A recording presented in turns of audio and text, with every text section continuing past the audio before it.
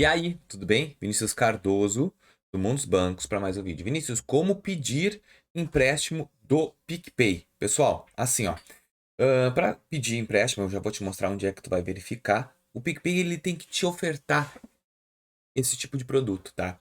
É um produto que entra e sai com muita facilidade, então se tu não utilizar o empréstimo, provavelmente tu vai perder essa possibilidade, e depois com o tempo, depois de outras análises que o algoritmo fizer, ele vai poder te entregar novamente esse produto.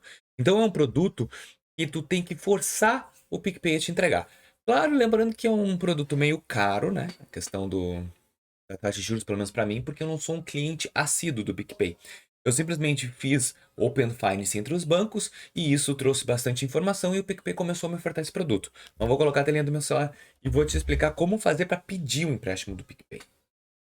Telinha aí, pessoal. Ó, se tu apertar no botão empréstimo direto, aqui estão todas as opções de empréstimo. Nós temos o dinheiro imediato, que eu acredito que é esse que tu quer, parcelas contadas do exclusivo para CLT e antecipação de FGTS, garantia de veículo e o empréstimo consignado, que é o melhor empréstimo do mercado. Isso aqui é só para pensionistas e aposentados e também funcionários públicos e federais. Como funciona então para pedir dinheiro emprestado? Tu bota em simular e ele vai fazer a simulação, ver o que tem para ti entregar. Nesse meu caso, eu tenho apenas R$ 100 disponível para empréstimo do PicPay, mas não é só isso o pior, tá? Formas de pagar. Aqui, tu só consegue fazer as prestações que ele deseja. Nesse caso, também nem tem muito o que fazer, né?